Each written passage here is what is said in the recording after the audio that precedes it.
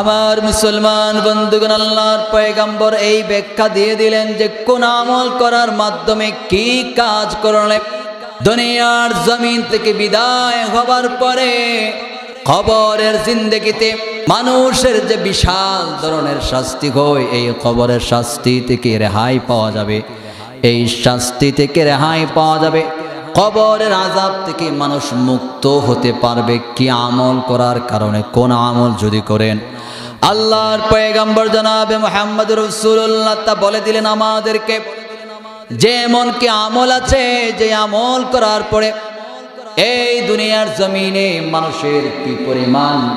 বিদায় হওয়ার পরে কবরে যে আযাবটা হয়, এই কবরের আযাবটা আল্লাহ তাআলা মাফ করে দিবেন। আমার মুসলমান বন্ধুগণ, আল্লাহর পয়গম্বরের সাহাবী হযরত উসমান রাদিয়াল্লাহু আনহু, ওনার অভ্যাস ছিল, এমন একটা অভ্যাস ছিল, উনি যখন কবরের পাশ দিয়ে যখন আল্লাহর পয়গম্বর যখন কবরের পাশ দিয়ে যখন তিনি যেতেন, কবরের পাশ দিয়ে যাবার সময় হাউমাউ হাউমাউ করে চিৎকার চেঁচামেচি করে তিনি কান্না করতেন। আর কান্নার জলে ওনার চোখ বেশে, নাক বেশে, সব কিছু বেশে যেত। এত পরিমাণ কান্না তিনি করতেন। আল্লাহর পয়গম্বর অন্যান্য সাহাবীরা এবার জিজ্ঞেস করলেন যে আল্লাহর নবীর সাহাবী, ওগো উসমান ইবনে আফফান রাদিয়াল্লাহু আনহু, আপনাকে যখন আল্লাহর পয়গম্বর জান্নাত এবং জাহান্নামের যখন বিবরণ করেন, এই সময়ে এত পরিমাণ কান্না করতে আমরা আপনাকে দেখি না, যেই পরিমাণ কান্না করতে দেখি কবরের পাশ দিয়ে যাওয়ার সময়। মানে কবরের পাশ দিয়ে যাওয়ার সময় আপনাকে যেই পরিমাণ কান্না করতে দেখি, অন্য সময় জাহান্নামের আলোচনার সময়ও তো এতটা কান্না আপনাকে করতে দেখি না। এর কারণটা কি? হযরত উসমান ইবনে আফফান রাদিয়াল্লাহু তাআলা আনহু এবার বললেন, ও নবীর সাহাবী শোনো, জানোনি এই দুনিয়ার জমিনে আল্লাহর পয়গম্বর মানুষদেরকে বলেছেন, সব মানুষদেরকে আল্লাহর পয়গম্বর জানায়া দিলেন যে এই মানুষগুলা দুনিয়া থেকে বিদায় হওয়ার পরে আখিরাতের মধ্যে যেই সমস্ত ঘাটগুলো আছে, সর্বপ্রথম ঘাট হলো এই কবর নামক জিন্দেগিটা। এই কবর নামক জিন্দেগি, এটা হলো আখিরাতের প্রথম ঘাট। আর আল্লাহর পয়গম্বর তিনি বললেন, মানুষদেরকে তিনি জানায়া দিয়েছেন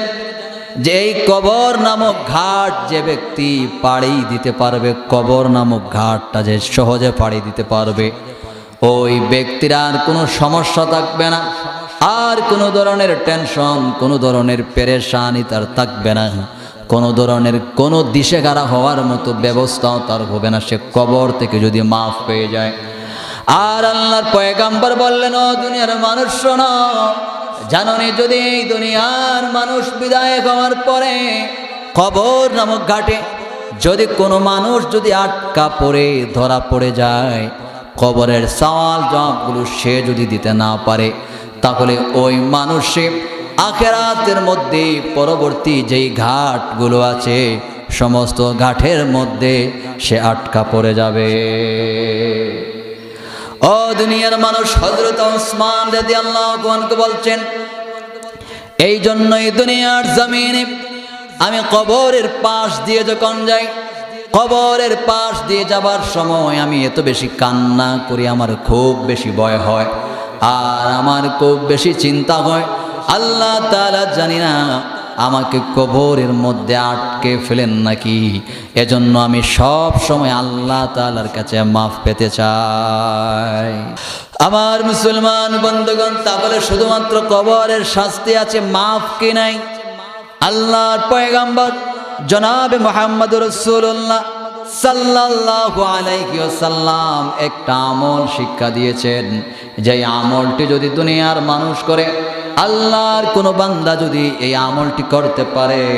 তাহলে আল্লাহর পয়গম্বর বলছেন ওই ব্যক্তিকে মহান আল্লাহ তাআলা কবরের আযাব থেকে রেহাই দিয়ে দেবেন। যে আমল, ছোট্ট আমল, এই আমলটা যদি সে করে, অর্থাৎ তার আমল জীবনের সাথে যদি সেট করতে পারে, তাহলে আল্লাহর পয়গম্বর বলছেন যে তাকে কবরের আযাব থেকে মাফ করে দেওয়া হবে। আল্লাহু আকবার। আমার মুসলমান বন্ধুগণ, আল্লাহর পয়গম্বর যে আমলটি শিক্ষা দিলেন, সে আমলটাকে আল্লাহর পয়গম্বর বললেন, ও দুনিয়ার মানুষ শোনো, কোন মানুষ যদি এই দুনিয়ার জমিনে প্রত্যেক দিন এশার নামাজের পরে যদি সূরাতুল মুলক নামের একটা সূরা কোরআনের মধ্যে আছে, যেই সূরাকে আমরা অনেকে তাবারাকাল্লাযী বিয়াদিহিল মুলক বলেও জানি, কোরআনুল কারীমের 29 নম্বর পারার মধ্যে প্রথম যেই সূরা, এই সূরাটি হলো আল্লাহর পয়গম্বর বলেছেন 30 আয়াত বিশিষ্ট এই তাবারাকাল্লাযী বিয়াদিহিল মুলক, এই সূরাটা যদি কোনো মানুষ যদি আমল করতে পারে, ওই মানুষকে আল্লাহ তাআলা কবরের আযাব থেকে মাফ করে দেবেন। আল্লাহর পয়গম্বরের আরেক সাহাবী আবু হুরায়রা রাদিয়াল্লাহু তাআলা আনহু বললেন, ও দুনিয়ার মানুষ শোনো, ও আল্লাহর গোলাম শোনো, আল্লাহ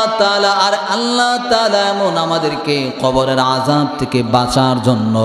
এমন কিছু সুবর্ণ সুযোগ দিয়ে দিলেন। আল্লাহর পয়গম্বর বলেছেন,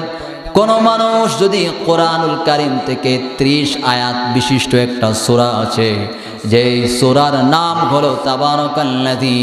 অর্থাৎ সূরাতুল মুলক, 29 পারার সূরা সূরাতুল মুলক,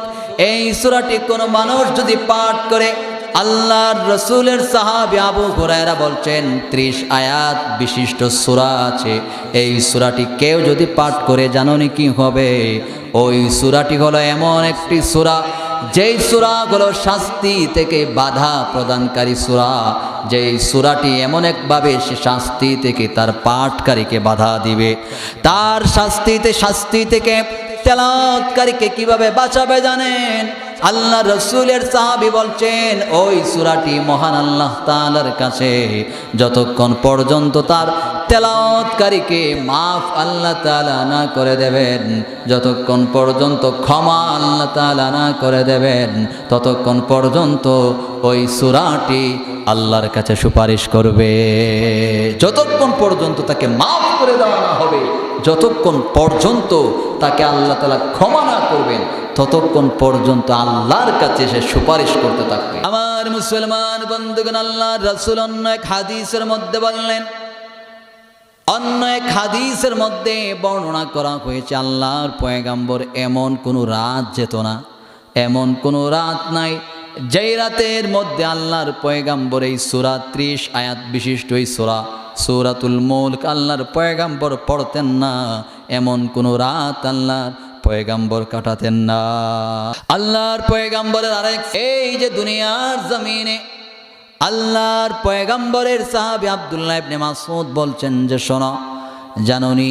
আল্লাহর এই সূরাটি সূরাতুল মুলক কিভাবে তার তেলাওয়াতকারীকে, তার পাঠকারীকে কিভাবে সে বাঁচাবে জানোনি? যখন ওই ব্যক্তিকে কবরস্থ যখন করা হবে, কবরের মধ্যে যখন তাকে দাফন করা হবে, কবরের মধ্যে দাফন করার পরে এবার শাস্তির ফেরেশতা, আযাবের ফেরেশতা যখন আল্লাহর বান্দার কাছে তার পায়ের দিক দিয়ে যখন আসতে যাবে, পায়ের দিক দিয়ে আসতে চাওয়ার সময় পা তাকে বাধা দেবে, ফেরেশতাদেরকে বাধা দেবে, আর ফেরেশতাদেরকে বলবে, সাবধান ফেরেশতারা, আমার দিকে তোমরা, ওই বান্দার কাছে তোমরা যেতে পারবে না, ওই ব্যক্তির কাছে আমার দিকে যাওয়ার কোনো রাস্তা নাই। হাদিসের মধ্যে বর্ণনা করা হয়েছে, এবার ফেরেশতারা বুকের দিক থেকে, মানে উপরের দিক থেকে তারা আসতে যাবে, সিনার দিক থেকে তারা, পেটের দিক থেকে, উপর থেকে তারা আসতে যাবে। এবার পেট বা সিনা তাদেরকে ডাক দিয়ে বলবে, সাবধান ফেরেশতারা,